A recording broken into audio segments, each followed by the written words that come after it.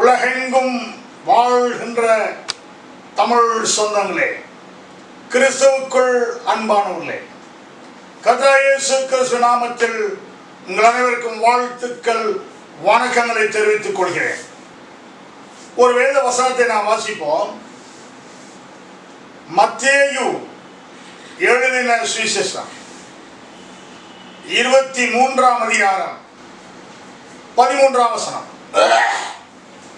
மாயக்காரராகிய வேதபாரகரே, பரிசேயரே, உங்களுக்கு ஐயோ! நீங்கள் பரலோக ராஜ்யத்தை பூட்டி போடுகிறீர்கள், நீங்கள் பிரவேசிக்கிறதும் இல்லை, பிரவேசிக்க போகிறதை பிரவேசிக்க விடுகிறதும் இல்லை. இதுதான் இயேசு கிறிஸ்து வேதனையோடு சொன்ன ஒரு வார்த்தை. இயேசு கிறிஸ்து மிக வேதனையோடு சொன்ன ஒரு வார்த்தை. யாரை பார்த்து? மாயக்காரராகிய வேதபாரகரே, பரிசேயரே, உங்களுக்கு ஐயோ!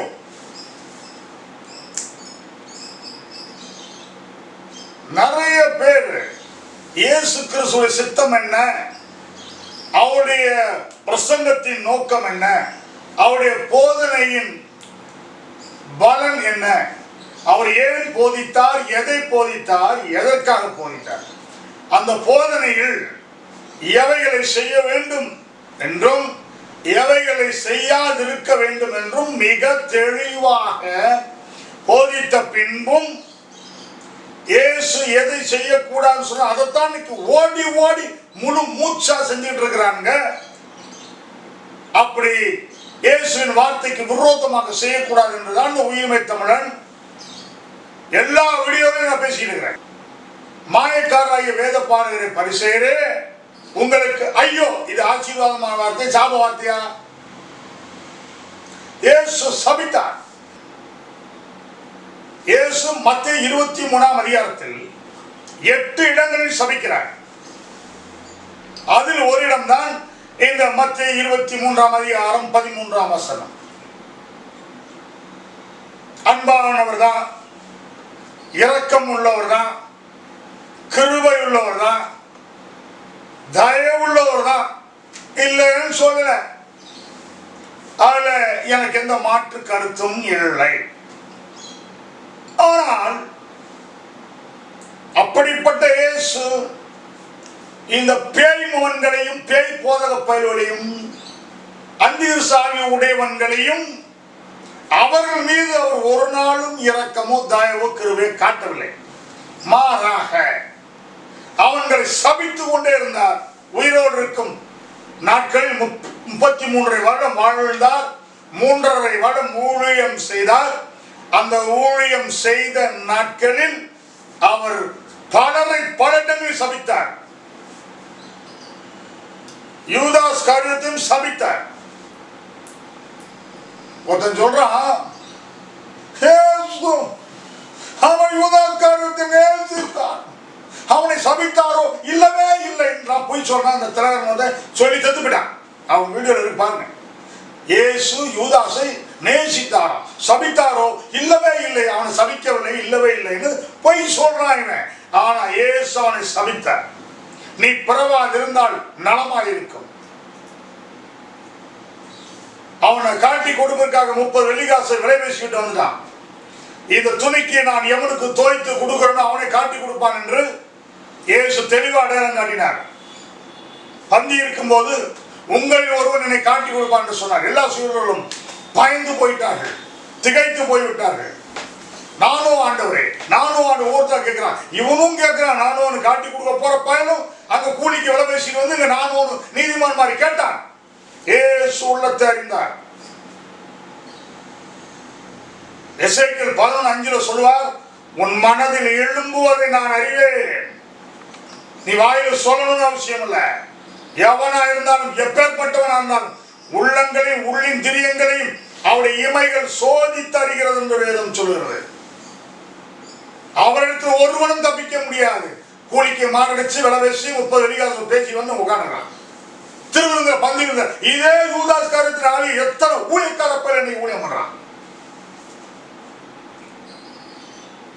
இன்னைக்கும் சபையில பந்தி இருந்து அதே யூதாஸ் காரியத்து ஆவியில எத்தனை பேர் வந்து உட்கார்ந்து இருக்கான் உள்ள? ஆமா, நான் தெளிவா அடையாளம் காட்ட முடியல. ஒருத்தர் பேரை சொல்லி சொல்லி திட்டிட்டு இருக்கிறேன். அவனிடம் அவன் நானோ என்கிறான். அப்ப அவரு சொல்றாரு, நான் எவனுக்கு இந்த துணிக்கையை துவைத்து கொடுப்போன்னு அவன் என்னை காட்டி கொடுப்பார். பயிர் படிச்சுக்க. துணிக்கை துவைத்து கொடுத்தா சாத்தான் உள்ள பூந்தான். இவனை இயேசு சபிக்கவே இல்லையா? துணிக்கை துவைத்து கொடுத்தாருன்னு அர்த்தம். நீ அம்புடுறான் க்ளோஸ்றான். எப்ப துணிக்கை துவைத்து சாத்தான் உள்ள பூந்தான். சபித்தாரோ? இல்லவே இல்லை. யூதாஸ் காரியத்தை முத்தமிட்டாங்க. பதவி மெண்டல் பல்கள். அப்படி ஒரு சீடி போட்டு வித்துட்டு போதிச்சாங்க. இல்லை, இவங்களை சபித்தார். தினகரனையும் பாழ்தனரும் இயேசு சபித்தார். தினகரனையும் பாழ்தனரும் இயேசு சபித்தார். தினகரனையும் பாழ்தனர் பயனையும் இயேசு சபித்தார். அது எப்படி என்றுதான் இந்த வசனத்தின் மூலமாக சொல்கிறேன். என்ன வசனம் வாசித்தோம்? மாயக்காரராகிய வேத பாருங்க, பரிசேயர் உங்களுக்கு ஐயோ, நீங்களோ பரலோ ராஜ்யத்தை பூட்டி போடுகிறேன். பூட்டி போடுறாங்க. எப்படி? நீங்களும் பிரவேசிக்கிறதும் இல்லை, பிரவேசிக்க போகிறவர்களையும் பிரவேசிக்க விடுகிறதும் இல்லை. இப்படி சொல்லி சபித்தார். எப்படி தினகரனை பாட சபித்தான் பார்ப்போம். இவங்க சாவி வித்தாங்க, வித்துருக்காங்க. கிறிஸ்தவர்களே, தமிழர்களே, தமிழ் மொழியை பேசுகின்ற மக்களே, நான் சொல்லும் சில தமிழ் மொழியில் சொல்லும் சில வார்த்தையின் அர்த்தத்தை புரிந்து கொள்ளுங்கள். இவங்களுக்கு பரலோகம்னா என்னன்னு தெரியாது, பரலோக ராஜ்யம்னா என்னன்னு தெரியாது, பிதாவின் ராஜ்யம்னா என்னன்னு தெரியாது, குமாரின் ராஜ்யம்னா என்னன்னு தெரியாது. இவனுக்கு எதுக்கு வித்தியாசம் தெரியாது. ஊரை ஏமாத்தி கொள்ளையடிச்சு லஞ்சத்தை கொடுத்து தன்னை காப்பாற்றிய தெரியும். அக்கிரம அநியாயம், ஐஸ்வர்யத்தின் திமிரு, பண திமிரு, ஏழைகளை கொள்ளையடித்து பணக்காரனான அந்த பண திமிரு இவனுக்குள் இருக்கிறது. அதை வைத்து எல்லா தில்லாதங்கடி வேலை செய்வாங்க. ஒரு உலகத்தான் இருக்கிற நீதி இந்த பயிரிட பார்க்க முடியல. இயேசுவை அறியாத புற மதஸ்தர்கிட்ட உள்ள ஒரு நீதி இந்த பயிரிட பார்க்க முடியல. திருட்டு பயிர்கள். நல்லா கவனிங்க. நான் உண்மையை சொல்றேன். என் மேல நீ விரோதமா பேசியோ, என் மேல கோவப்பட்டோ, எனக்கு நீ விரோதம் ஒண்ணு ஆக முடியாது. இன்னும் சாபத்தெல்லாம் போய் அப்புறம் திருந்திக் கொள்ளுங்கள். உண்மை சொல்கிற என்னை, சத்தியத்தை சொல்கிற என்னை நீங்கள் பகைத்து கூலிக்கு மாரடிக்கிற அந்த பேய் பொருளுக்கு சப்போர்ட் பண்ணி வந்தீங்கன்னா உனக்கு சாபம். நான் சபிக்கவே தேவை, தானா உனக்கு சாபம் வந்து. ஒருத்தன் சாமி கொடுக்குறான்னு என்ன அர்த்தங்க?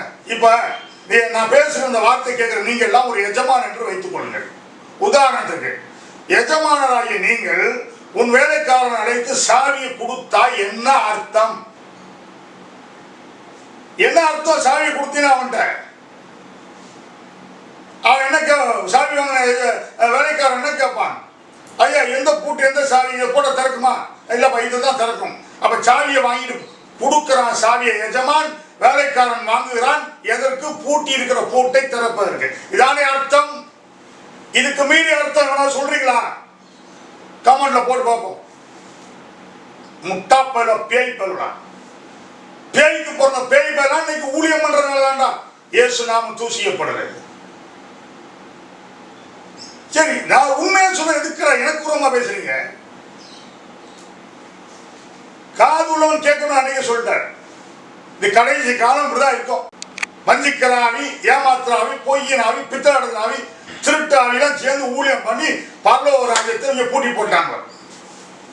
சாவி கூடான இந்த பாழ்தனம் பிச்சைக்கார பையன், பாழ்தனம் பிச்சைக்காரர் ஊரெல்லாம் பிச்சை எடுத்து கொள்ளையடித்து மக்களை ஏமாத்தி லஞ்சம் கொடுத்த இந்த மகா கிரிமினல் நம்பர் 1 பாழ்தனகரன் சாவி கொடுத்தானாம். இருக்குடா அப்படின்னு என்ன அர்த்தம்? பூட்டி இருக்குன்னு அர்த்தம். அதானே?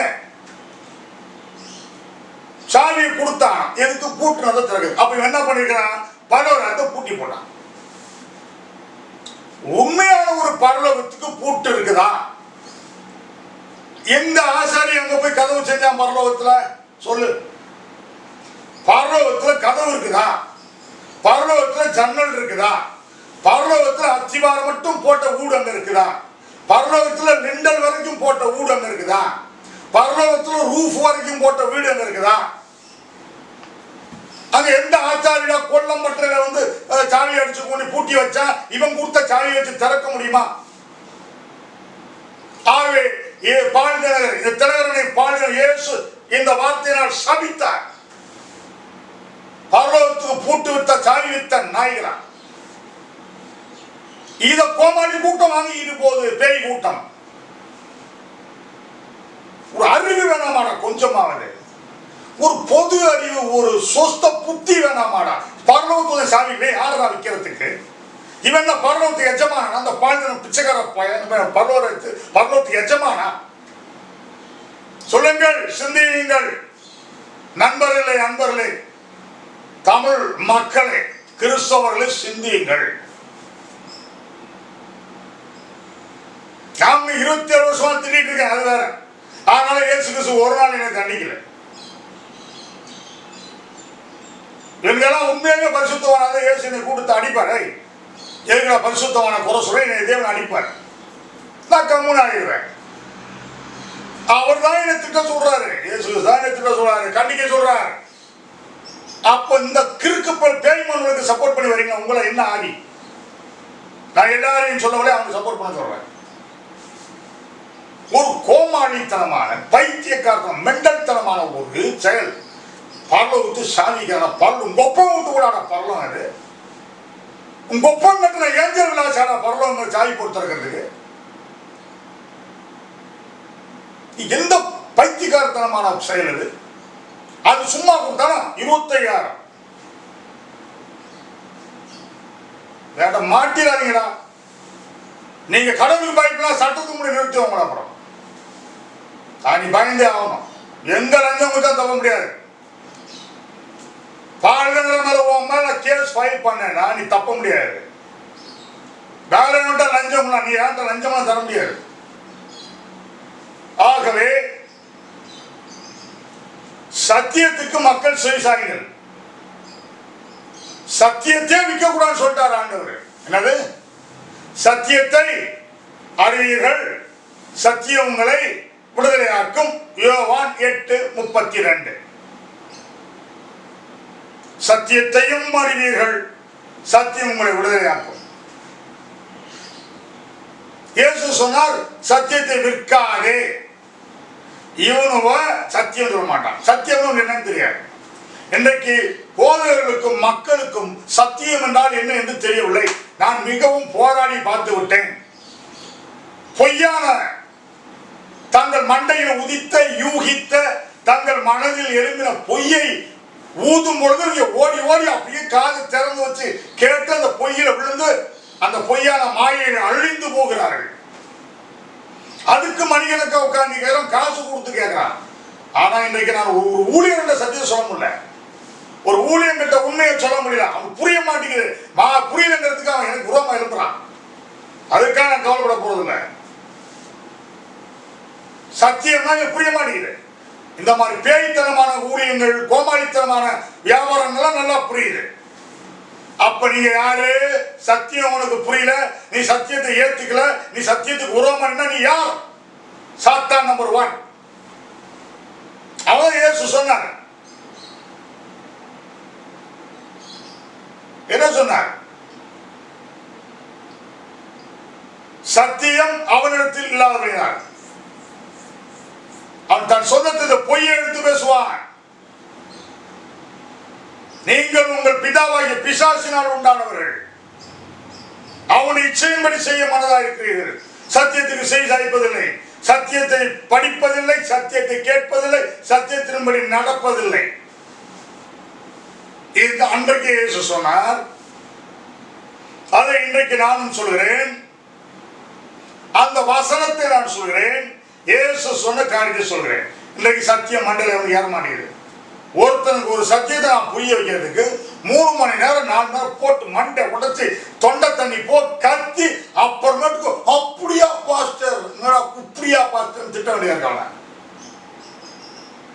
ஒவ்வொரு பையனுக்கு நான் 5 மணி நேரம் 6 மணி நேரம் மூச்சை போட்டு தொண்டை வலிக்க கத்தி அவனுக்கு ஒரு சத்தியத்தை புரிய வைக்கிறது. அப்புறம் பாடுபட வேண்டிய மரண அவசப்பட வேண்டிய இருக்கு. அப்புறம் புரியுது, புரிஞ்சாலும் அவன் என்ன பண்றான், அவன் என்ன அத்தனை கோடி வச்சிருக்கான், அவன்கிட்ட ஒண்ணுமே இல்லை, அவன் ஓடிக்கிறான். நான் சூரியனுக்கு கீழே நான் கண்ட பெரிய தீங்கு என்னவென்றால், சத்தியம் பேசினால் புரிய மாட்டேங்குது, பொய் பேசினா ஓடி ஓடி நம்புறான், பொய்யனும் கோடிக்கணக்கில் கொடுத்து வளர்க்கிறான், சத்தியம் பேசுறவனை அழிக்கிறான். இது நான் சூரியனுக்கு கீழே நான் கண்ட தீங்கு, மக்கா பெரிய தீங்கு. பிரசங்கி சொல்வது போல நான் சொல்கிறேன், என் வாழ்க்கையை இதுவரைக்கும் பரலோகத்து சாதித்த ஒரு சாத்தானை நான் பார்த்ததில்லை, இன்று பார்த்திருக்கிறேன்.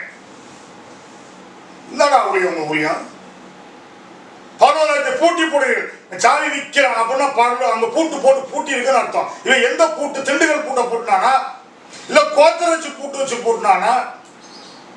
கண்டா எந்த பூட்டை வச்சு போன, எந்த கடை வாங்கின சாவி செல்லுமா, நீ கொடுத்த சாவியை அந்த பூட்டுலாம் போட்டா உள்ள போகுமாடா, திறக்குமாடா? அது சபித்தார் இயேசு. இவங்களுக்கு தான் அந்த வசனத்தை அன்னைக்கு சொன்னார். இயேசு தினகரனின் பாடலை சபித்தார். எப்படி? இப்படி நான் சொல்ல, நான் சபிக்கல, அந்த வசனத்தை அப்படியே சொல்றேன். பல்லோராயத்தை பூட்டி இவனும் போக மாட்டான். பல்லோராயத்தை பூட்டி போடுவீர்கள். தினகரனும் பிச்சைக்காரனும் பல்லோராயத்தை பூட்டி போட்டுட்டாங்க.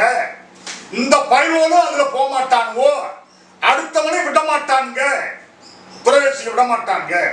நாங்களோ இந்த போலி போதத்தை அடித்து நொறுக்கி தகர்த்தெறிந்து பரலோக ராஜ்யத்துக்கு போகிறவரை அடையாளம் கண்டு சத்தியத்தின்படி அவர்களை நடத்துவோம்.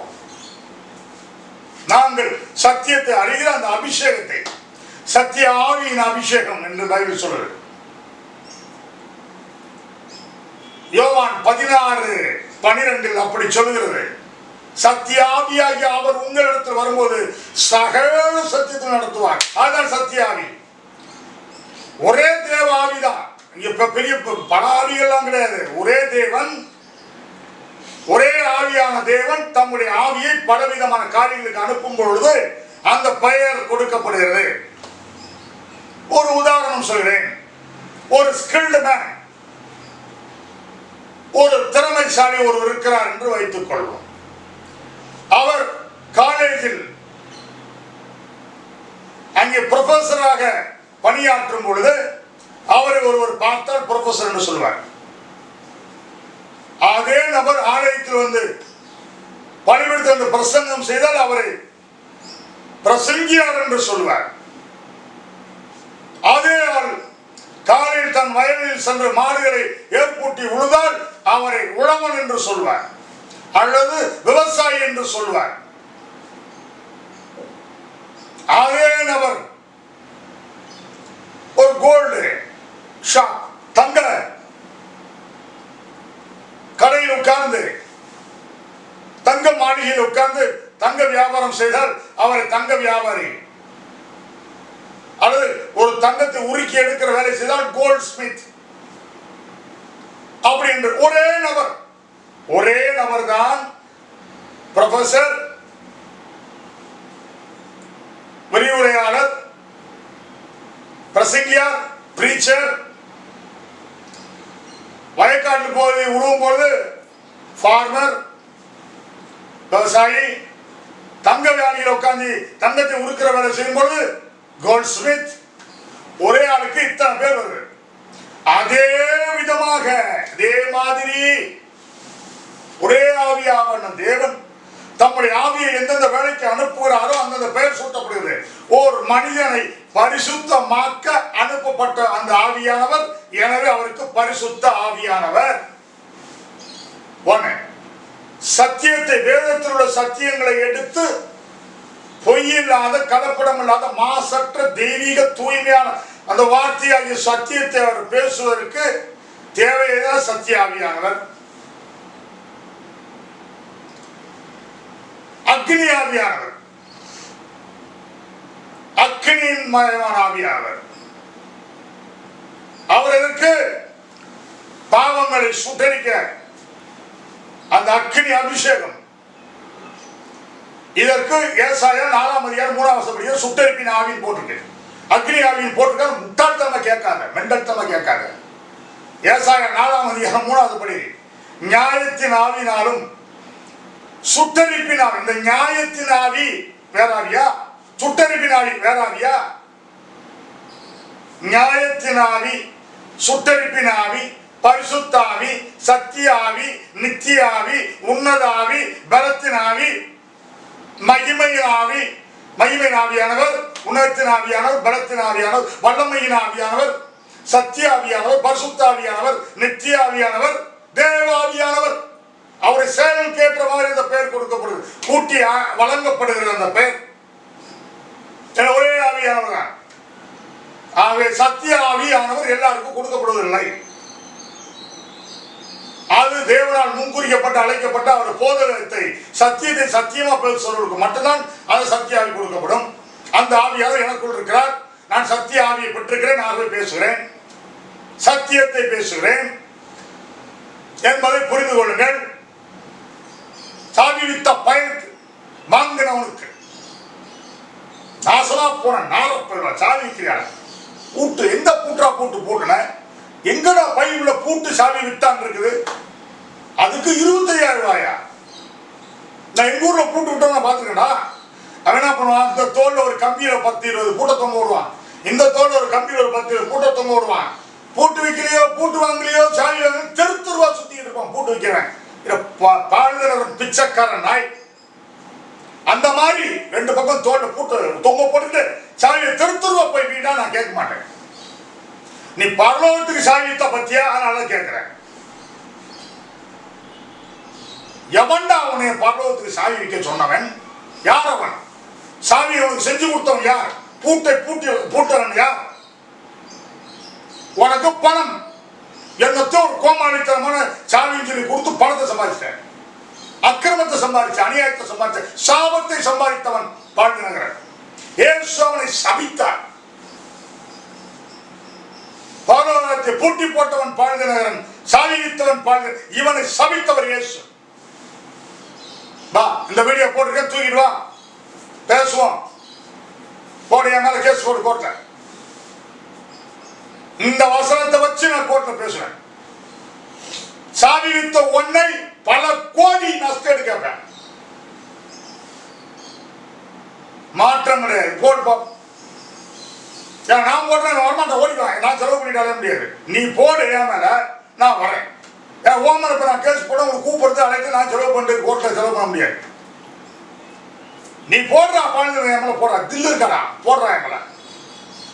அப்ப நான் வரேன்டா, நீ வாடா, இங்க பேசுவோம்டா, எங்கட சாவி விட்டேன். அந்த கோர்ட்ல உன்னை கைது பண்ணி உள்ள தலைவன் என்னடா சாவி வைக்கிற? நீங்களாம் இந்த மாதிரி அக்கிரமணி அப்படி கோடிகளை சம்பாதிச்சு உண்மை ஊழியர் பாவம். உண்மை சொந்த வீடு இல்லாத எத்தனை ஊழியர்கள் இருக்கிறாங்க, சொந்த சபை இல்லாத எத்தனை ஊழியக்காரர் இருக்கிறாங்க, கட்டணம் இல்லாத ஊழியக்காரர் எத்தனை இருக்காங்க, 3 நேரம் சாப்பாடு இல்லாத ஊழியக்காரர் எத்தனை இருக்கிறாங்க, பிள்ளைகளுக்கு ஃபீஸ் கட்ட முடியாத எத்தனை ஊழியக்காரர் கஷ்டப்படுறாங்க, தங்கள் குடும்ப தேவையை சந்திக்கப்பட முடியாமல் எத்தனை ஊழியக்காரர் கடன்ல மாட்டிருக்கிறாங்க. இந்த ஊழியருக்கெல்லாம் உதவி செய்ய உனக்கு மனசு வராத கடின இதயம் உள்ள பிச்சும் பாவ கட்டினால் கட்டப்பட்டவன் இந்த பாழ்நகரன், தேய்மவன் பாழ்நகரன். நீங்களாம் உங்க கருத்து இல்லையடா?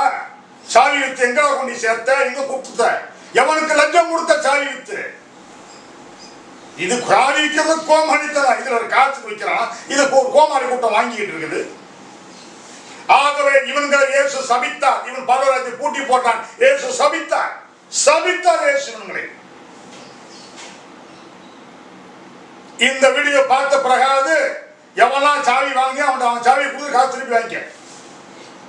புரியுதா? அனுப்பிவிடுங்களா? இந்த வீடியோ பார்க்க மாட்டீங்களா? எவன் சாவி கொடுத்து காசு கொடுத்த சாவி வாங்கினியோ அந்த சாவியா இந்த பிரசங்கத்தை கேட்டுட்டு, அப்பா நாங்க கோமாளித்தனமா முட்டாள்தனமா வாங்கின சாவி வாங்கிட்டோம்டா, இந்த சாவி வச்சுக்கடா, எங்க காசை குட்டுட்டா அப்படின்னு எல்லோரும் வாங்கிக்கிட்டு மனம் திரும்பி பைபிள் உள்ள தேவனுடைய ராஜ்யத்துக்கு போற வழியை ஏற்று சொல்லியிருக்கிறார். அதை படித்து பரலோகத்துக்கு நேராக உங்க பயணத்தை திருப்புங்கள். இப்பொழுது நரகத்துக்கு நேராக போய் கொண்டிருக்கிறீர்கள். சாவி வாங்கினவெல்லாம் சாவிக்கும் பூட்டுக்கும் பரலோகத்துக்கு சம்பந்தம் இல்லை. சாவி வித்தவனுக்கும் பரலோகத்துக்கும் சம்பந்தம் இல்லை. எப்பொழுதும் மதிக்கேடான மக மோசமான கேவலமான செயல் என்பதை வன்மையாக கண்டிக்கிற இயேசு நாமத்தில். நானும் இவர்களை சபிக்கிற இயேசு நாமத்தில். சாவியும் தப்பில்லை. கிறிஸ்துவுக்குள் அன்பானவர்களே, நான் தேவ ஆவியினால் பேசுகிறேன். தேவனுடைய சத்தியத்தை சத்தியமாய் பேசுகிறேன். சத்தியம் உள்ளவர்கள் நிச்சயமாகவே எனக்கு ஆதரவாக இருக்கிறார்கள். அவர்கள் மற்றவர்கள் அதை பரப்பி விடுகிறார்கள். அதை கேட்டு மனம் திரும்பி என்னோடு சேர்ந்து துக்கப்படுற வேதனைப்படுகிறார்கள். அவளுக்காக நான் ஜெபிக்கிறேன், வாழ்த்துகிறேன். ஒரு காரியத்தை சொல்லி முடிக்கட்டும். லோத்து ஒரு ஆபிரகாமுடைய சகோதரன் சோதோமுக்கு போயிட்டான். ரொம்ப பசுமையா இருக்குன்னு அங்க போய் பார்த்தா தான் தெரியுது, அங்குள்ள ஆண் பெண் எல்லோரும் பேயாய் மாறி போனார்கள். அநியாயம், அக்கிரமம், கொலை, கொள்ளை, வெறி, விபச்சாரம், வேசித்தனம், குட்டூரம். அப்பொழுதுதான் லோத்து ஒவ்வொரு நாளும் அந்த தேசத்தில் நடக்கிற அக்கிரமங்களை நான் எப்படி திட்டிட்டு இருக்கிறனோ, வேதனைப்படுகிறனோ, கண்டிக்கிறனோ, அதுபோல அனுதினமும் அங்க நடக்கிற காரியங்களை லோத்து தன் இதயத்தில் வேதனை அடைந்து துக்கப்பட்டான். அந்த மக்களை நினைத்து நினைத்து கடிந்து கொண்டான், துக்கப்பட்டான், வேதனைப்பட்டான். அதனால் அவன் நீதிமான் எனப்பட்டான். இதயத்தில் வாதிக்கப்பட்டான். பைபிள் போன்று அந்த தேசத்தில் மக்கள் செய்யும் அக்கிரமங்களை, அநியாயங்களை, பாவங்களை, அருவறுப்புகளை பார்த்து தன் இருதயத்தில் வேதனைப்பட்டானா, தன் இருதயத்தில் குத்தப்பட்டானா. அதற்காகவே நீதிமானாக்கப்பட்டானா. அதுபோல இன்றைக்கு நாமும் அநியாயத்தை, அக்கிரமத்தை, பொய்யும் புரட்டும் சத்தியத்துக்கு மாறான இயேசு கிறிஸ்துவின் வார்த்தைக்கு மாறாக செய்கிறவர்களை கண்டிப்பதும், மக்களை அவர்களிருந்து பிரித்து வழிநடத்துவதும், இந்த இதயத்தை வாதிக்கப்படுவதும், அதனால் நாம் நீதிமானாக்கப்படுவோம். உங்களோடு சேர்ந்துக்கிட்டு போறவன் தான் நரகத்தில் தள்ளப்படுவான் என்பதை தெளிவாக சொல்கிறேன். நான் நல்ல தெரிந்து கொள்ளப்பட்ட கடவுளுடைய உண்மையான கிறிஸ்தவ மக்களும் வஞ்சிக்கப்பட்டு போகக்கூடாது, கெட்டு போயிடக்கூடாது, தவறான பாதையை பின்பற்றி போயிடக்கூடாது என்கிற ஒரே நோக்கத்துக்காக தான் இப்படிப்பட்ட வீடியோகளை விடுகிறோம், பதிவேற்றம் செய்கிறோம். கேளுங்கள், கேட்டு மனம் திரும்புங்கள், மற்றவர்களுக்கும் இதை வெளிக்காக்குங்கள், பகிர்ந்து கொள்ளுங்கள், ஷேர் பண்ணுங்கள். பரிசுத்தவான்கள் ஒன்றாய் கூடுவோம், சத்தியவான்கள் ஒன்றாய் சேருவோம், தேவனுடைய ராஜ்யத்தை எழுப்பி கட்டுவோம். நன்றி, வணக்கம். அடுத்த வீடியோ சந்திப்போம்.